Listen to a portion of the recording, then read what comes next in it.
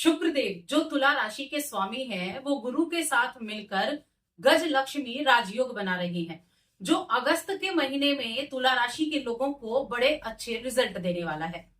जय माता दी दोस्तों, आप सभी का स्वागत है हमारे YouTube चैनल अमृता एस्ट्रो में। और आज की इस वीडियो में मैं बात कर रही हूँ अगस्त माह के तुला राशिफल के बारे में। ये राशिफल चंद्र राशि पर आधारित है और इस महीने में कौन से योग बनने वाले हैं जो आपके लिए अच्छे रहेंगे और वो कौन सी स्थितियां हैं जहां आपको सावधानी रखनी होगी, तो ये सारी जानकारी आपको विस्तार से मिलेगी। तो देखिए, अगस्त के महीने में दो ग्रहों का राशि परिवर्तन होगा। पहले तो आपकी राशि के स्वामी शुक्रदेव हैं और दूसरे ग्रहों के स्वामी सूर्यदेव हैं। इस महीने में अगर हम ग्रहों की स्थिति देखें और बाकी ग्रहों की युति से जो योग बन रहे हैं उनके बारे में देखें, तो आपकी राशि के स्वामी शुक्रदेव गुरु बृहस्पति के साथ नवम भाव में बैठे हैं, जो नवम भाव को मजबूत बना रहे हैं। अब ये इन दोनों की युति से, शुक्र और गुरु की युति से गज लक्ष्मी राजयोग बना है, तो भाग्य भाव बड़ा मजबूत हो गया। दूसरा, आपके 10वें घर में सूर्य और बुध की युति से, यानी भाग्य के स्वामी, त्रिकोण के स्वामी केंद्र में जाकर बैठे हैं और इनकम के स्वामी भी केंद्र में जाकर बैठे हैं, तो बुधादित्य राजयोग है जो बहुत ही अच्छे रिजल्ट देने वाला है। अब देखिए, कुंडली में कुछ दुर्योग होते हैं, कुछ अच्छे योग होते हैं, लेकिन जब भाग्य भाव मजबूत होता है तो बुरे योगों को भी वो काफी हद तक, यानी 50% तक कम कर देता है। और ये योग कहाँ बना है? आपके नवम भाव में। नवम भाव में गुरु आपकी राशि पर दृष्टि डाल रहा है और आपके पंचम भाव पर दृष्टि डाल रहा है। तो क्या हुआ? त्रिकोण भाव एक्टिव हुआ। तो ये टाइम पीरियड ऐसा रहेगा कि गुरु के इस प्रभाव से आपको अपने जीवन में कई तरह के इस महीने में अच्छे रिजल्ट देखने को मिलेंगे। मैंने कुछ डेट्स आपके लिए निकाल कर रखी हैं जो कुछ मामलों में बहुत अच्छी रहने वाली हैं और कुछ डेट्स को आपको सावधानी भी रखनी होगी। देखिए, गुरु की पोजीशन अच्छी है तो क्या करेंगे? गुरु आपके भाग्य स्थान में आपको बुद्धि विवेक से कार्य कराएंगे, आपके द्वारा इनकम के चांसेस बढ़ाएंगे, आपके शादी विवाह के योग बनाएंगे। और साथ में इस समय अवधि में आपका जो यात्राएं हैं, नवम भाव लंबी यात्राओं का भाव कहा गया है, धर्म का भाव कहा गया है। लंबी यात्राओं के द्वारा आपको लाभ होगा। विदेश यात्रा भी हो सकती है, धार्मिक यात्रा भी हो सकती है, कामकाजी यात्रा भी हो सकती है, लेकिन ये यात्रा बड़ी सुखद रहेगी। आपको सुखद एहसास कराने वाली, लाभ दिलाने वाली यात्रा आपके लिए रहने वाली है। तो गुरु की पोजीशन आपके लिए बड़ी अच्छी होगी क्योंकि भाग्य मजबूत हो गया। गुरु बहुत सी चीजों को कंट्रोल करने का कार्य भी करेंगे। वहीं भाग्य भाव के स्वामी बुधदेव हैं जो दसम भाव में बैठे हैं। अब देखिए, त्रिकोण का स्वामी केंद्र में गया, ये तो राजयोग हो गया, लेकिन गया किसमें है? कर्क राशि में, जो कि बुध की शत्रु राशि होती है। तो जितना अधिक अपनी बुद्धि का इस्तेमाल करेंगे, विवेक का इस्तेमाल करेंगे, जितना अधिक सूझबूझ से कार्य करेंगे, हार नहीं मानेंगे, उतने ज्यादा अच्छे रिजल्ट आपको मिल जाएंगे। तो ये आपको ध्यान रखना है कि बुद्धि से काम करना है, कोई डिसीजन आपको जल्दबाजी में नहीं लेना है। वहीं साथ में सूर्यदेव बैठे हैं, ग्रहों के राजा हैं, लेकिन आपकी राशि के लिए आपके इनकम हाउस के स्वामी है।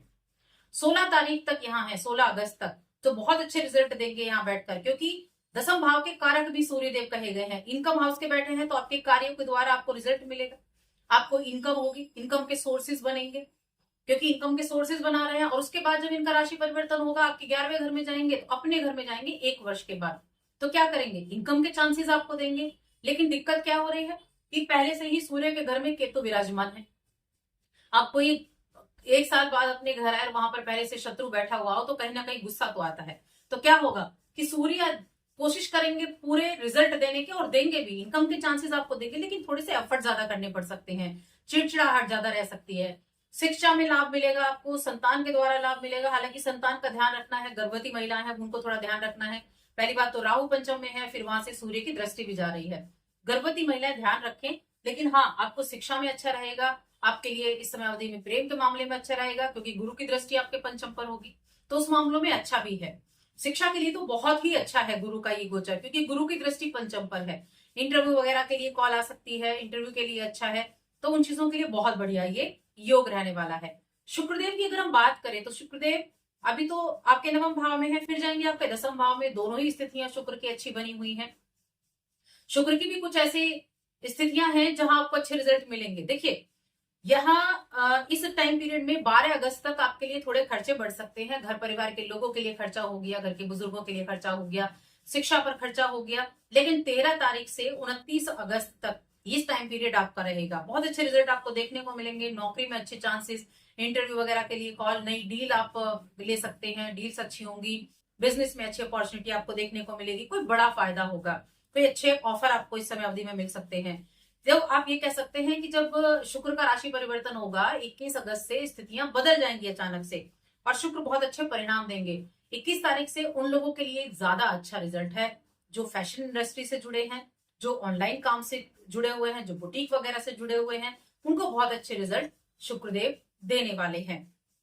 अब मंगल जो है ना वो बैठे हैं आपके 12वें घर में। मंगल की 12वें घर में पोजीशन बिल्कुल अच्छी नहीं है, इसलिए वाहन पूरे महीने सावधानी पूर्वक आपको चलाना है।